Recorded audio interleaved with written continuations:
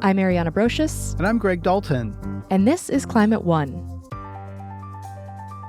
Each of us all across this great land has a stake in maintaining and improving environmental quality. Clean air and clean water, the wise use of our land, the protection of wildlife and natural beauty, parks for all to enjoy. These are part of the birthright of every American. That was Republican President Richard Nixon in 1972, asking Congress to pass a number of environmental bills his administration was pushing.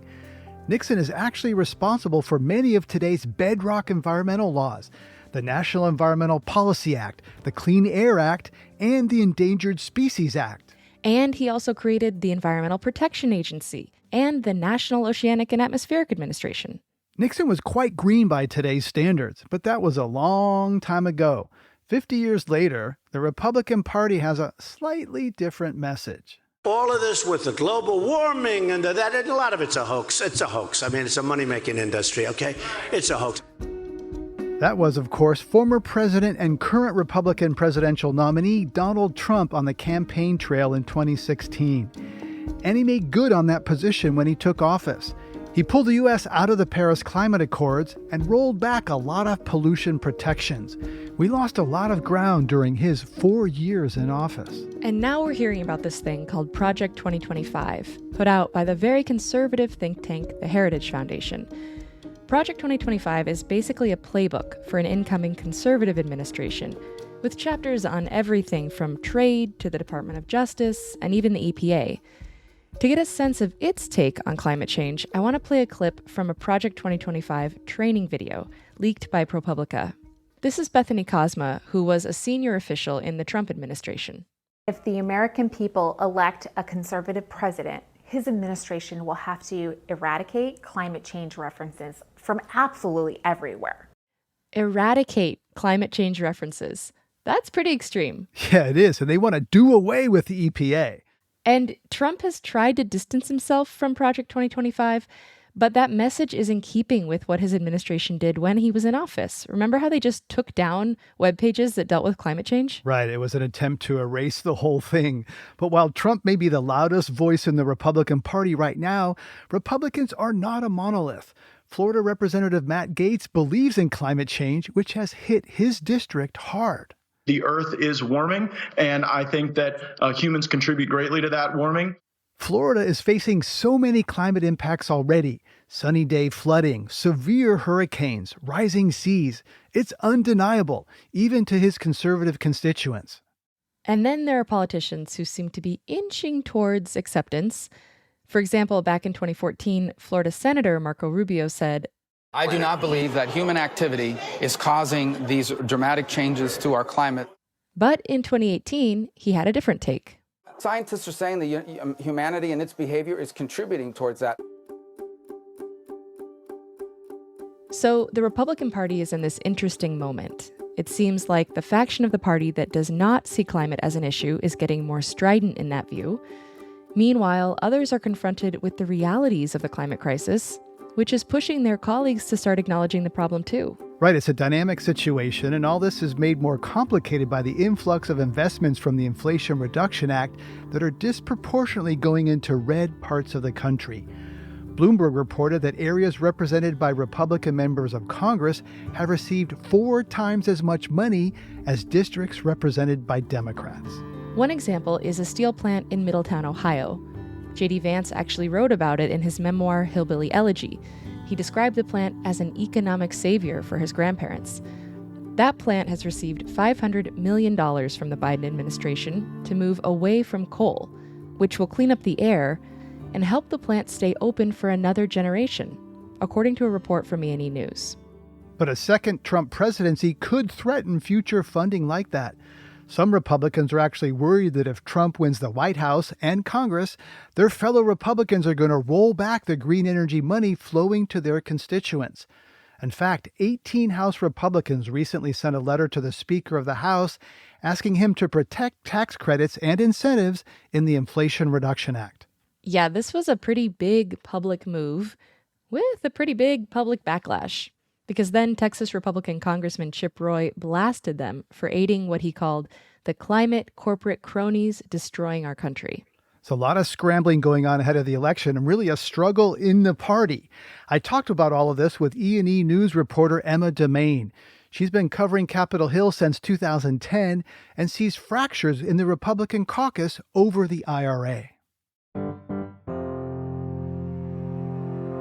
People like Chip Roy and other members of the Republican Party and hardline conservatives don't think that anything in the Inflation Reduction Act ought to stick around. They think that it's a huge, big government handout. They are calling these clean energy tax credits, green new scam level radical climate giveaways. They're calling them subsidies rather than tax incentives or credits that people can use to bolster what would normally be private investments to build new clean energy projects and infrastructure initiatives around the country that would put people to work, create jobs, create economic opportunities while shifting us away from traditional energy sources, fossil fuels, to building batteries for electric vehicles, for being able to convert housing to solar and electric. And when I saw that, I was kind of surprised because, Austin, Texas, now the home of Tesla and other tech companies, a little bit of a blue dot in Texas. Chip Roy's district includes some areas near San Antonio, rural areas. It's not all of Austin. Do these members diverge from the interests of their districts? And is that okay? Because their voters vote on other matters. They're not voting number one on this clean energy tax credit. Yeah, this is the conflict that's emerging right now among House Republicans. You have, for the 18 Republicans who signed that letter, they feel strongly that their constituents are paying attention, that they are seeing these investments in their districts as a result of the Inflation Reduction Act, jobs being created, economic projects coming into their communities. That would be missed. That would have really a devastating impact on their local economies were they to go away, were these tax credits to evaporate. For other Republicans, they're reaping the benefits in their districts, but there's some magical thinking where they are pretending that they were not the results of the Inflation Reduction Act. So, there's a lot of communication breakdown and a lot of Republican lawmakers, frankly, getting away with not being honest with constituents about where these investments are coming from. And I can absolutely see a scenario where the people Chip Roy represents just don't know. Yeah, right. And there's also the vote no and take the dough, as some say. Representative Andrew Garbarino of New York spearheaded that letter to Speaker Johnson. He represents the 2nd District out in the middle of Long Island. Tell me about him, who he is, and what his district is like.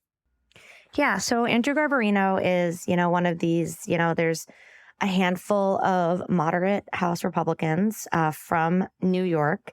He's one of the outliers in his delegation right now in that he is actually not facing a tough reelection. He's not in a swing district. So he has the luxury to be taking the position where he is right now, which is supportive of the Inflation Reduction Act and what investments they've brought to his part of the country. And he also has the luxury of being able to speak out on behalf of investments being seen in other parts of the country. He is the co-chair of this House bipartisan Climate Solutions Caucus, which is a group of evenly divided between Democrats and Republicans trying to find common ground on climate policy. So, the support for these tax credits is, an opportunity, maybe perhaps a rare opportunity to side with Democrats on energy and environment, climate policy. And you said he's an outlier. So most of the Republicans saying, hey, these tax credits are a good thing, are in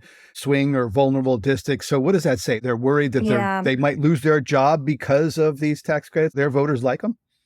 It's interesting. It's a tough situation, right? Because on the one hand, when you're running in a primary, you're going to have people running to your right, and you have to be really careful not to say too many good things about the IRA. But then you're running in a general election where you have to kind of move towards the middle so you don't alienate independent-minded voters who could vote for Democrats. So that's what you're seeing right now.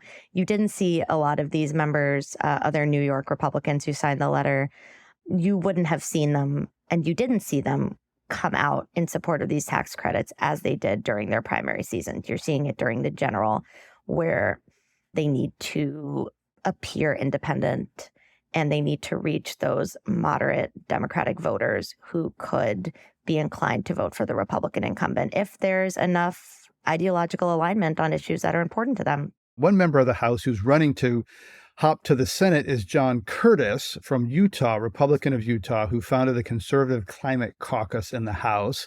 He's running for Mitt Romney's seat, who was, favored climate action and when he was governor of Massachusetts and in the Senate.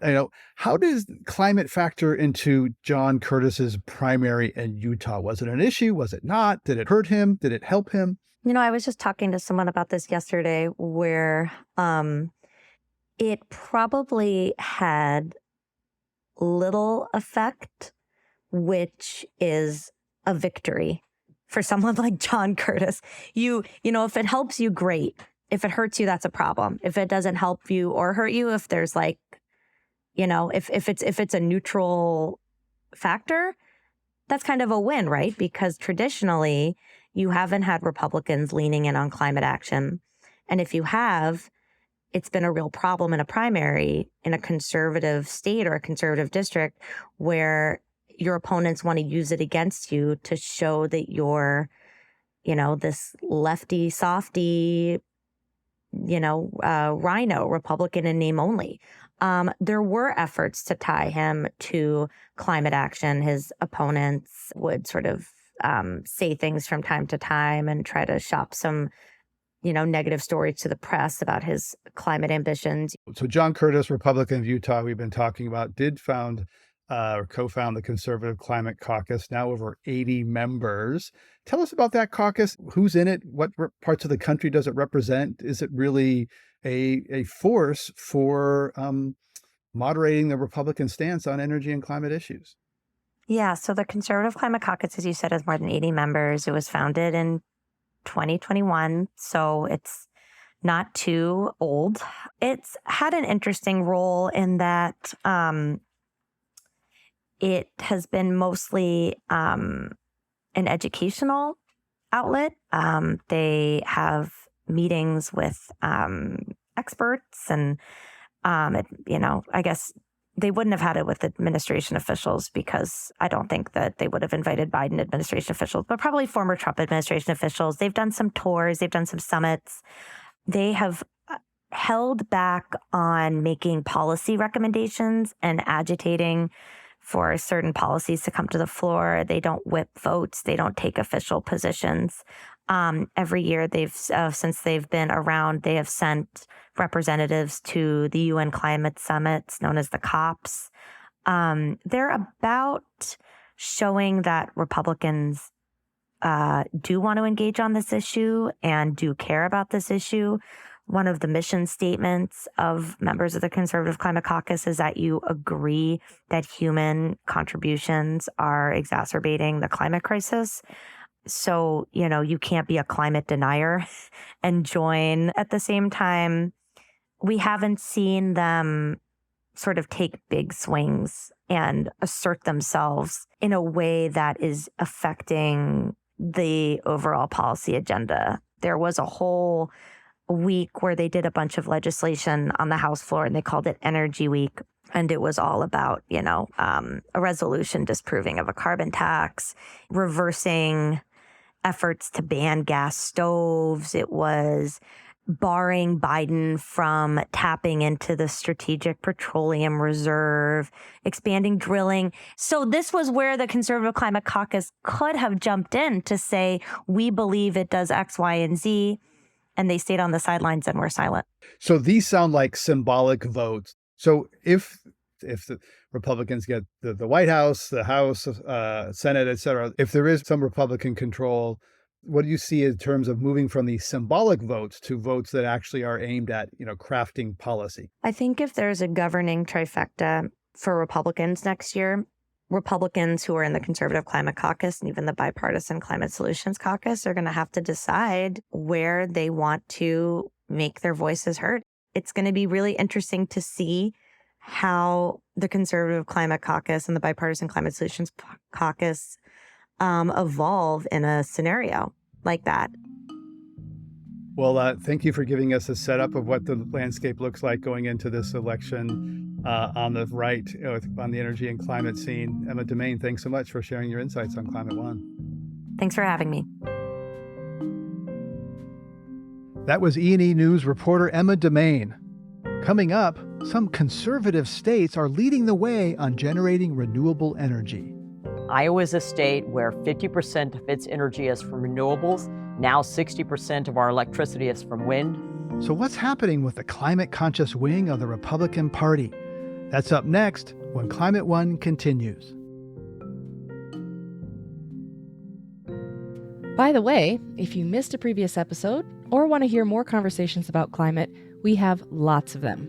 You can find playlists on our website, climateone.org, or subscribe to our podcast wherever you get your pods.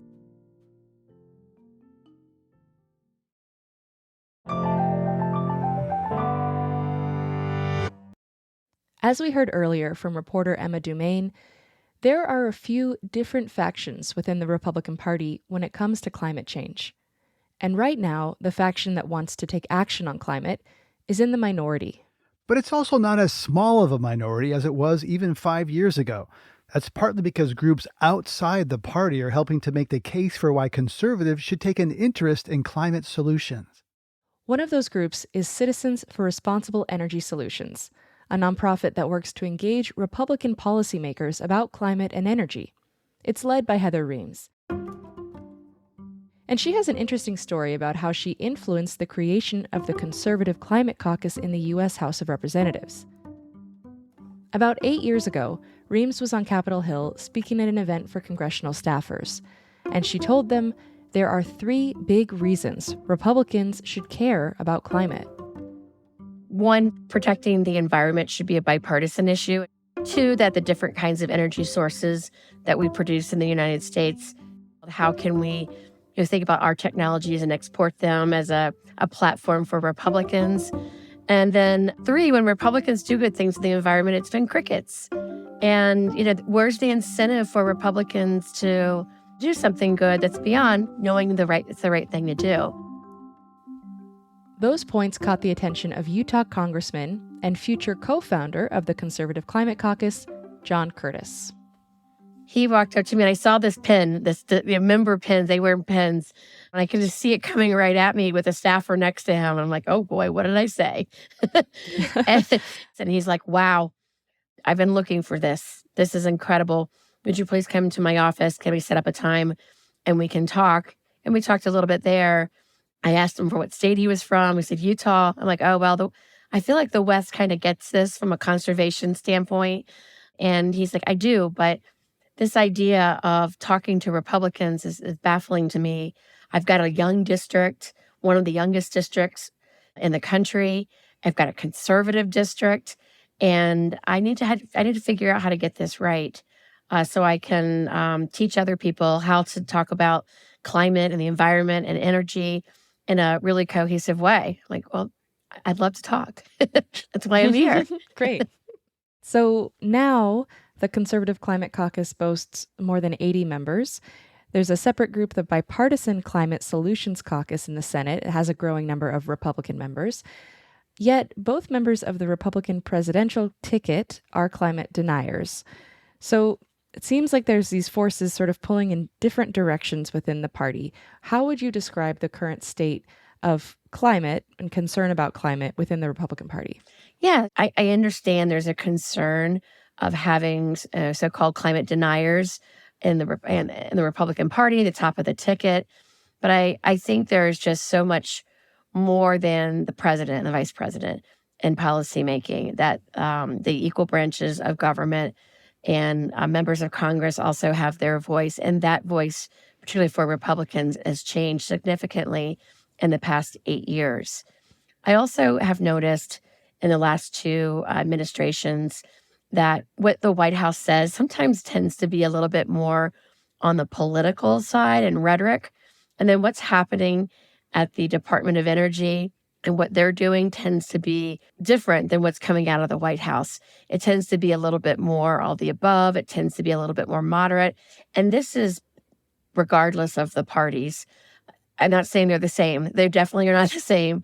But I know that. But I've seen that. But I feel like you see, like, for instance, Secretary Rick Perry, heading up the Department of Energy, was a huge fan of our national labs, and these national labs are doing a lot of work on clean and renewable energy, and he was very complimentary of them. Secretary Perry spoke at National Clean Energy Week as a Republican, talking about the benefits of clean energy and how it impacted our economy, our national security, energy affordability, and the environment. These weren't talking points written out of the White House, I assume.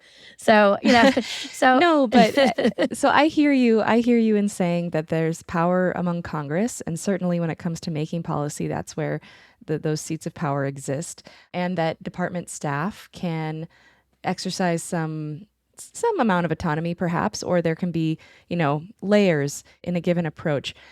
But still, the president holds veto power. The president's the one that signs the bills, and also leads the party and is representative nationally of whatever our attitude is toward these different issues. And so is there concern among peers or Republican members of Congress that you do talk with about the fact that if Donald Trump is reelected, that there's going to be, a loss in climate progress? There's definitely concern. I'll certainly agree with that. With, I think, some understanding of the Republicans have known they're digging in, they're doing more. And some of these Republicans who are leading these caucuses, for instance, maybe thinking about, how do you navigate a President Trump? Are you, in a precarious position leading a caucus? I've not heard from anyone who's leading a caucus on the Republican side that they will step down because of the president, if it's a President Trump. I have not heard that. But certainly there's conversations that we should have about, there is a role for Congress to play. And it's maybe not a counterbalance to the White House, but thinking about, let's say, the Paris Accords and the President Trump withdrawing from Paris, as he's done before. And he's also said that he would do that again.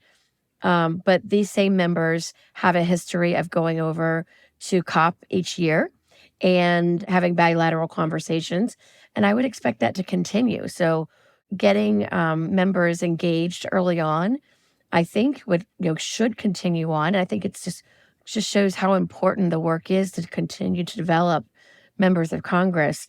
I mean, ultimately what we want to see is a president who acknowledges that the climate is changing, recognize that the humans are having an impact on that, and that the U.S. has a role, particularly in policy, to be able to address global climate change.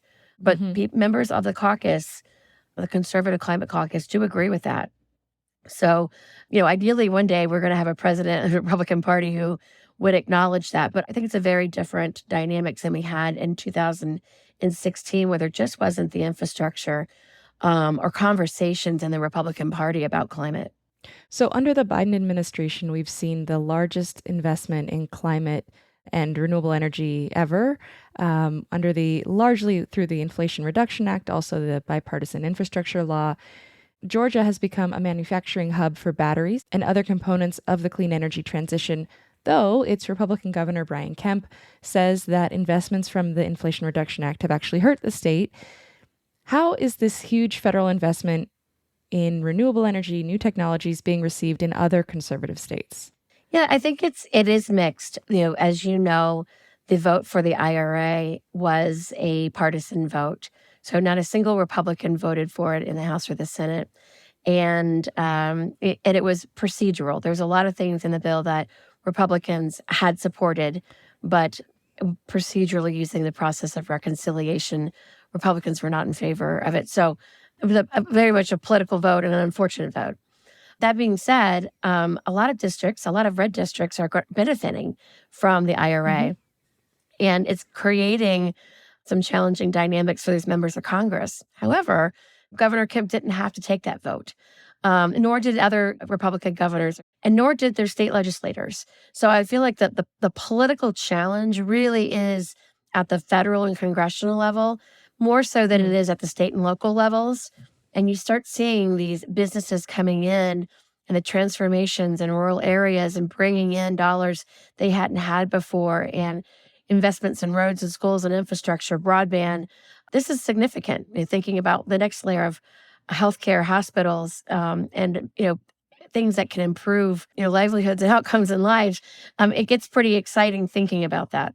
What do you think of the Biden administration's climate policy and, presumably a continuation of that we would see under a potential Harris administration?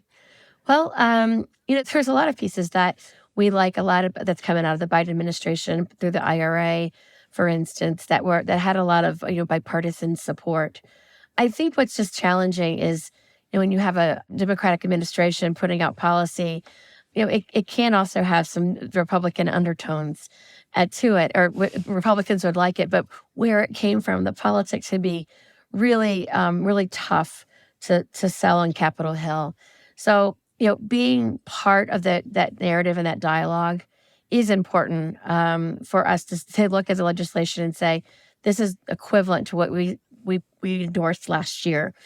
You endorsed last year, remember, so-and-so. So recognizing the politics is challenging. If we can navigate the politics, the policy's sound. So we're still and of course, as you know, in 2024, when we're in the silly season of politics. So it's really tough to get anything passed. But on the other side of the election, I do expect some more movement in the lame duck. And then, of course, with a new Congress, a new president, a lot of new coming up our way in 2025, which just opens up a lot of opportunity, ideally for some good problem solving to advance climate policy.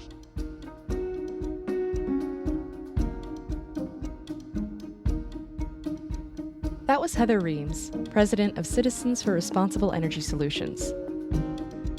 As we heard, Reams and Kress played a role in the creation of the Conservative Climate Caucus, which was founded in 2021 by Utah Representative John Curtis, who also served as its chair. He summed up the vision for the caucus pretty succinctly.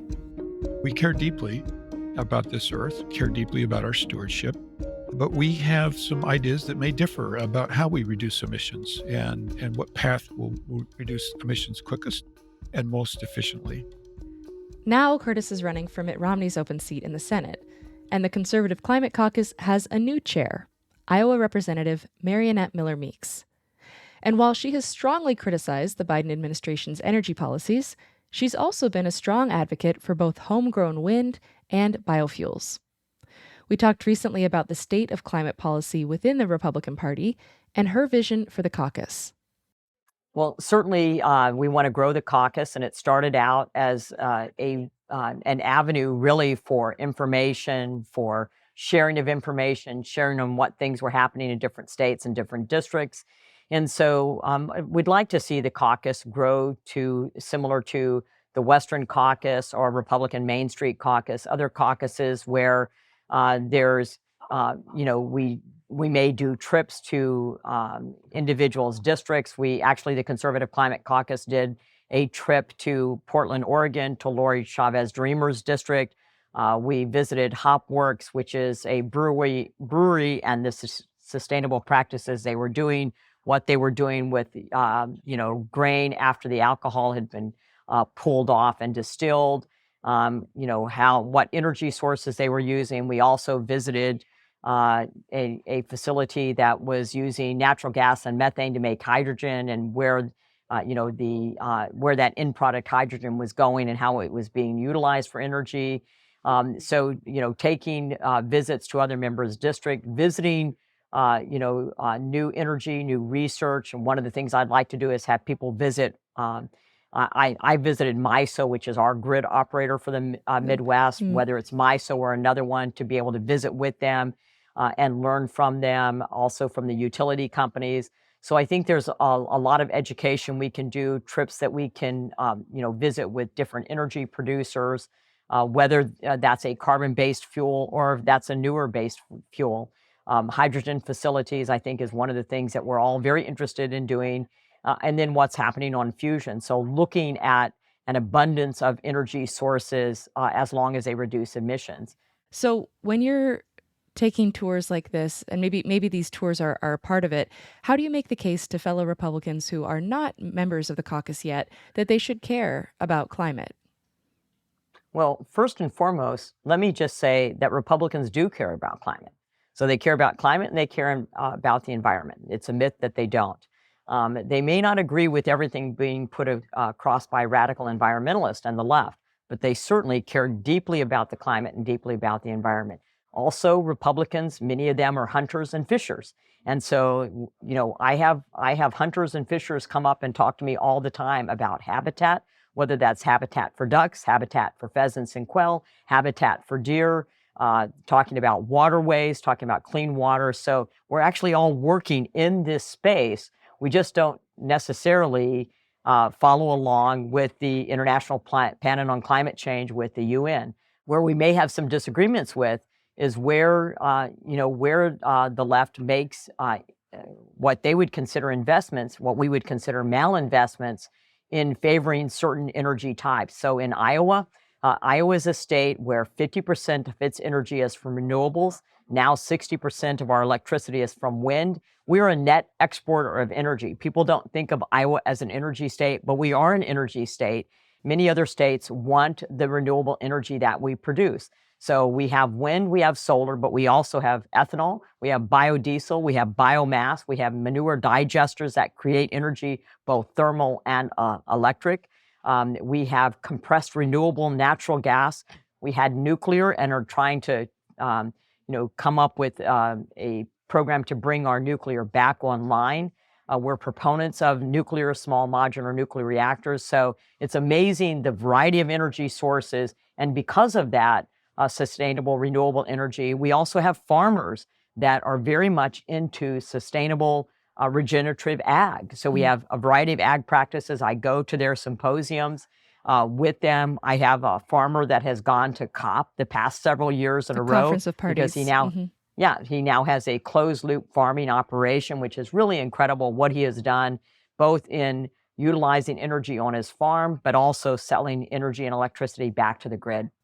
I was going to ask you about Iowa because it is such a leader in renewable energy. And I'm curious, all those different types of fuel and energy sources you listed, it is impressive. That's what's often kind of framed as an all of the above approach, which I believe you favor in terms of energy. However, the head of the Republican presidential ticket, Donald Trump, doesn't seem to favor all of the above. He's very interested in expanding oil and gas production on public lands and so forth if he were reelected. That's kind of been his stated position so far. So what type of energy policy would you advocate for if he were reelected in the fall? I'd continue to advocate for what I've been advocating for, and that is for all of the above energy types. Energy demand is going up. We know that American natural gas is 40% cleaner. We know that emissions in the United States have decreased over 20% more than any other country. And a lot of that is due to natural gas, which is cleaner. We know that if you really are concerned globally, then the U.S. should be exporting more of its natural gas because it's a cleaner natural gas. So I'm not opposed to having, we haven't seen leases on public land through the Biden administration. I'm not opposed to that happening because I would rather have natural gas being utilized in another country from America than to have it from Russia, Venezuela, or have coal-fired plants being produced by China to provide energy. So energy demand is going up, and how are we going to meet those increased energy demands? And that's at today's level. Even the first conference of parties I went to in Glasgow, Scotland, everybody admitted energy demand is going up. It is not going down. Now, add to that you're trying to electrify an entire economy. Right. That too increases electricity demand. And then add to that AI and data centers. And AI and data centers alone take almost as much energy to that would power or electrify, a moderate-sized city such as Des Moines here, which is our largest city in Iowa. So, to me, it's how do we meet increasing energy demand? How do we prevent blackouts? And how do we do that in the context of being able to lower emissions? I think that carbon-based fuels and liquid fuels will be around for a long time, but I also think that there are shifts where it's practical, where it makes sense, where you will have electric vehicles or other types of energy production And then the next thing is, how do we know that just because there are zero emissions at electricity generation, what about from its inception and to its disposal? And so in Iowa now, one of the things we're looking at is how do we dispose of wind blades? What do you do with solar panels that have reached their life expectancy? What are we doing about the mining practices that are in the Congo and China and Russia continuing to acquire mines in Africa with bad environmental practices and with child labor? What about the processing, the amount of earth that you have to move to get rare earths, to get cobalt, to get lithium that are for battery storage? All of those things have an environmental impact as well. So I think you have to look at it in its totality. And I think we also have to recognize that it's dynamic. I think often young people, because they've not had this lifespan to see things change, they think things have to happen right now, this second, because they see it as static. Information is dynamic. We are going to come up with new energy sources. I've thought often about maybe we need to have a congressional app challenge on the next energy, not just the congressional art challenge or the congressional app, but what's the next energy source?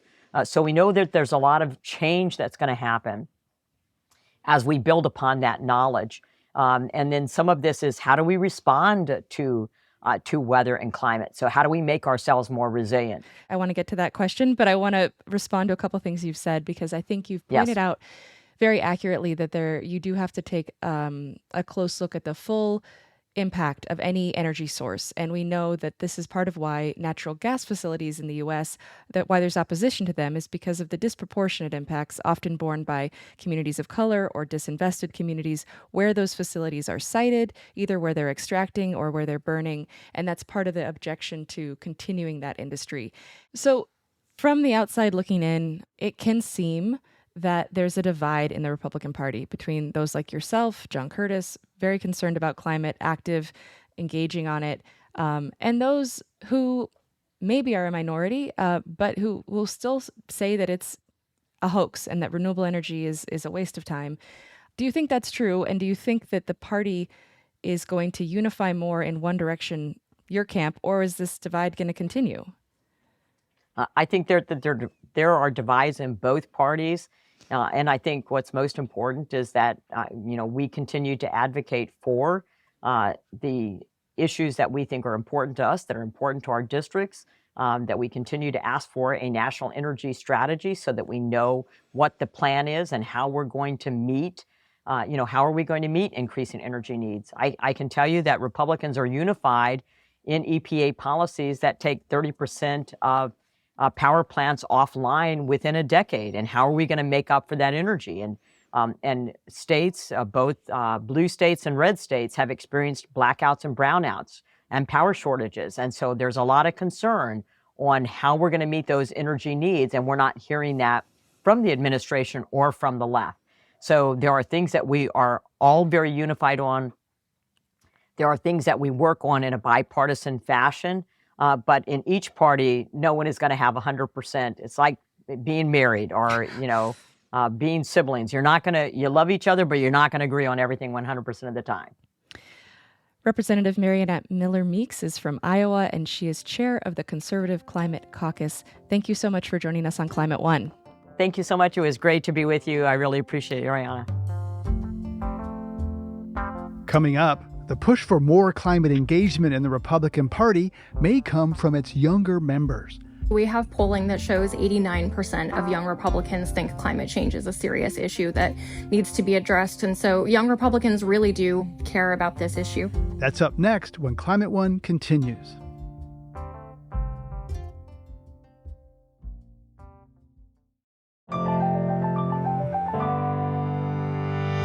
Both young liberals and young conservatives consider climate an important issue they want their political party to address.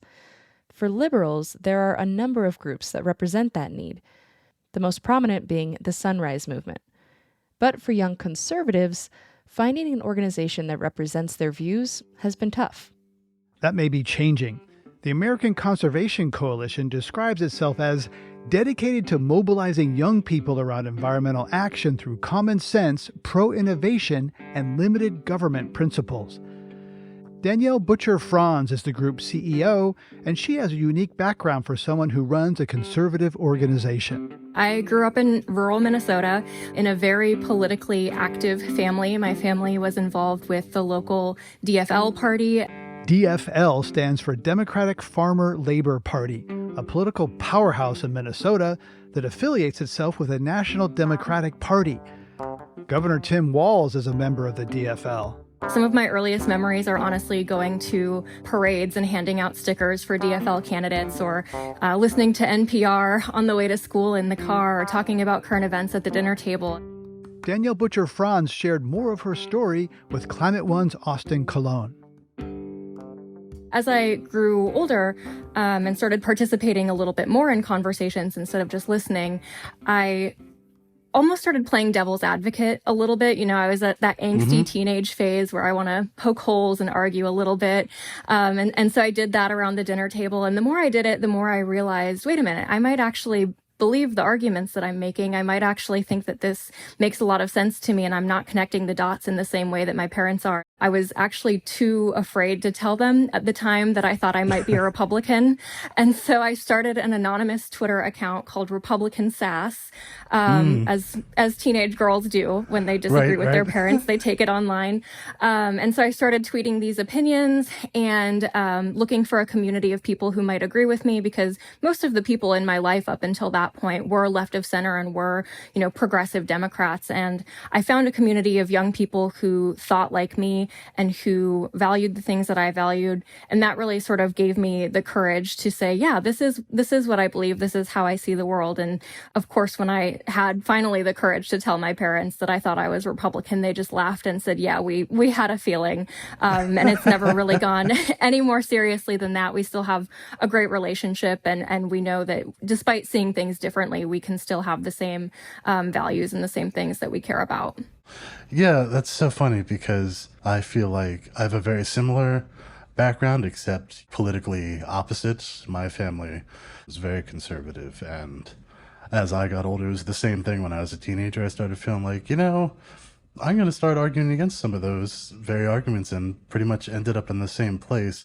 My family and I are also still very, very close. So I think it's good for people to hear that you can have, you know, disagreements without cutting people out of your life or whatever. The one issue that kind of really got me questioning what I believed was the environment and climate. And so I'm curious when climate and the environment became an important issue for you. So climate and the environment were always important issues for me, and I credit a lot of my upbringing to that for a couple of reasons. Number one, like I said, I grew up in rural Minnesota, and if you've ever been, you know that it's full of beautiful lakes and lush woods, and I spent a lot of my time as a child on those lakes and in the woods playing with my siblings, and so I always really cared a lot about the environment around me. The next reason is we spent a lot of time road tripping to see extended family in the summers, and we would use that opportunity to go through national parks, and I got to see just some incredible landscapes as a child that I wouldn't have seen if we weren't making those road trips. And then thirdly, or finally, when I was also about in middle school, my dad got a job in the solar industry. And I was able to see firsthand how clean energy can lift up rural communities and how it can really serve as a lifeline to people who are impoverished and who are struggling with energy security. So where I grew up, we have this challenge that's commonly referred to as heat or eat, which basically means in the wintertime, when a family is struggling with economic insecurity, sometimes parents have to make the choice of, are we going to heat the house or are we going to pay for food? And my dad's job in the solar industry, he was installing solar on low-income homes, which was providing more economic freedom to those homes because they no longer had to make those choices. And so let's skip ahead a little bit, and I'm kind of interested in what led to the creation of the American Conservation Coalition. Yeah, of course. So as I mentioned, around those teenage years, I started this Twitter account and I found a community of like-minded young conservatives. And the Twitter account gained a following pretty quickly. I think within a year it had about 20,000 followers. And so eventually I stopped being anonymous and I put my name on it. And as soon as I put my name on it, I started getting all of these opportunities to attend events and do internships and, write op-eds and things like that. So I had formed a pretty good network of young conservatives who were politically active. And we would see each other at events like CPAC and we would get to talking about things. And one of those young conservatives was Benji Backer, ACC's founder. And we basically all sort of came to the consensus that the environment is an issue all of us cared about, but we really didn't see representation from Republicans on what the conservative approach to environmentalism looked like. This was 2017, so this was about the time that Trump had called climate change a Chinese hoax. Right. And me and my fellow conservatives didn't believe that it was a Chinese hoax. We think it's a serious issue that required serious solutions, even if we didn't necessarily like the solutions on the left, like the Green New Deal. And so we thought that this is a huge gap in the conservative movement. So we founded ACC to bring conservative voices to the table on environmental issues and show conservatives how their values can be applied and adhered to in a way that is still environmentally successful, but also allows our communities and our hometowns to thrive. Right. So let's talk a little bit about that divide, because you have people like John Curtis, and even elsewhere in this episode we speak to Mariannette Miller-Meeks, who are trying to implement conservative solutions for climate, trying to get members to care about climate. And then, as you mentioned, people like Donald Trump call it a Chinese hoax. So specifically for young members of the party, what effect does that have on them? Yeah, that's a great point. And actually, we have polling that shows 89% of young Republicans think climate change is a serious issue that needs to be addressed. And so young Republicans really do care about this issue, despite maybe having different solutions than their counterparts on the left.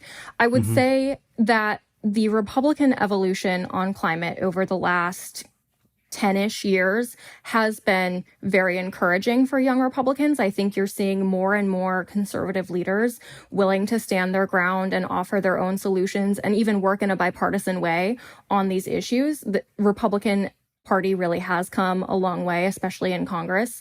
The top of the ticket, Donald Trump and that sort of wing of the party, I think still have a lot of room for growth.